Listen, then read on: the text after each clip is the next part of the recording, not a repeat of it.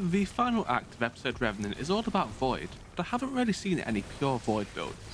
So here's the only one you will ever need. To best fit the vampire theme, we will be on Warlock for this one, and the Slayer's Fang will also be a must-have. Oh, and also there's something you might not have used for a long time, the Brybind's Void Soul combo. This still goes hard, and has only got better with the Void artifact buffs now available. Actually, that's a pretty good place to start. One of these mods did inspire the title of the video after all, this one being Old God's Ride. Pick up a Void Breach and the next Void weapon damage will spawn a portal directly above the enemy and drop explosives directly into that area. It's kind of like Deathbringer, and this one can be tonic enhanced too. The rest of the mod kit goes in two directions, Armour Charge Gen and Void Breach support. These little breach thingies are actually quite critical, so here's the ones which help here. Supernova will cause your next Void damage after picking up a breach to weaken nearby enemies. Void Renewal is a Void Breach generator. While Devour is active, weapon kills will spawn them periodically. It's around 6 red bars or 3 mages per breach.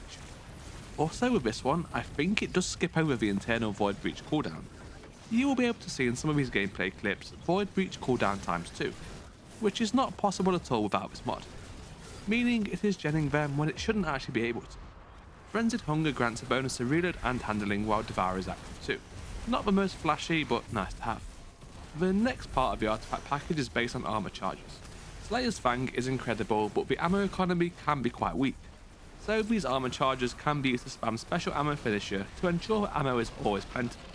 And these mods are Finders Keepers, which gives an armour charge every 2 special or 1 heavy brick collected. There's also the Thick of It, which gives armour charges when defeating enemies at close range. And Curative Orbs, which gens orb whenever breaking a target's shield. And of course these orbs will translate to even more armour charges. Anyway, back to the build itself. I've briefly mentioned Brybind's is the exotic of choice, and the required pairing of this is the Aspect Child of the Old Gods. This combo helps out the Void Buddy a lot. An increased duration, damage ramping up to double as it scores kills, and most importantly can be interacted with and redeployed, making the Void Souls have theoretically infinite duration. This also allows you to have multiple Void Souls active at once. The other aspect is Feed the Void. With all the Devour synergy, a reliable method of getting this is pretty huge.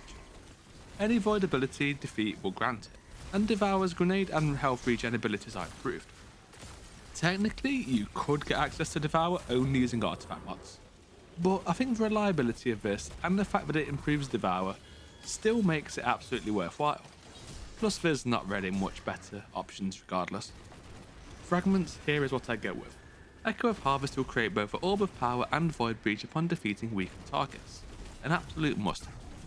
Echo of Persistence increases the duration of Devour and Void Overshield by 50%. And don't worry for these overshields, a weapon will be granting these all the time. Echo of Instability will grant Void Weapons volatile rounds after grenade defeats, which is quite good since Devour gives a lot of grenades. And Echo of Vigilance. This one's another method of gaining a Void Overshield and is just a nice survivability option too, should you find yourself in a tough situation. And as for these weapons, Slayer's Fang is so damn good. This is the infinite weaken source. It's a great multi-target and single target damage, and it's fully craftable so can be made to suit any build. And this is what is very important here. The catalyst yield you're wanting is Repulsive Ring. Any kills against a Void debuff target, which this weapon does do by itself, will give a full Void Overshield. Weakened from Void Souls or volatile rounds are also sources of Void debuffs. Also, Slayer's Fang exotic trait might be a little bit bugged, but in a good way. This is supposed to activate on final blows with the Slayer's Fang, but any weakened enemy defeated, even by other weapons or abilities, will also activate this, which grants the ability to deal increased precision damage and weaken straight away. Also, if any teammates are using Slayer's Fang and they get final blows, you will also be given a buff. Heavy weapons, there's a lot of options here, but the important part is just that it's Void. And also, you add the Synergy mod so it is able to generate more breaches. For general content, I really like Hammerhead. The role used here has both Rampage and Desperate Measures, so ramps spin damage quite nicely.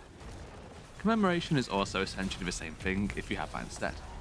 If you are in specifically a boss encounter such as a raid, it will be worth swapping the heavy ammo option over to a boss DPS weapon like Edge Transit or Tomorrow's Answer.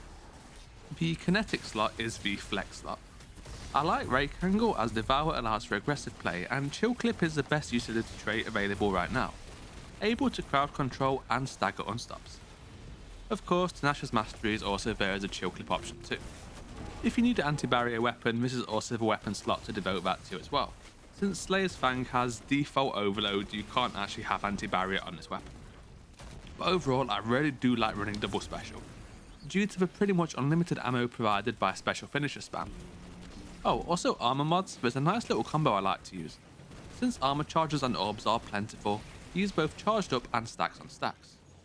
This grants 2 armour charges per orb pickup, and increases the maximum total armour charges carried to 4. With both of these, I found it more than possible to run both special finishing and 2 copies of Void Surge, and have both of these available at all times. The rest of the armour mod kit not really too important, but run a Void Cypher mod for sure. So there you have it, the perfect Voidlock build to finish up this episode on. I bet you could even make a prismatic variant of this, just swap out Briar Binds for an exotic class item, and use a fragment which generates Void Breaches. Also, join up my community Discord, with a new episode just around the corner, and the promise of a new dungeon race. This is the best place to plan strats or find teammates. Thank you for watching.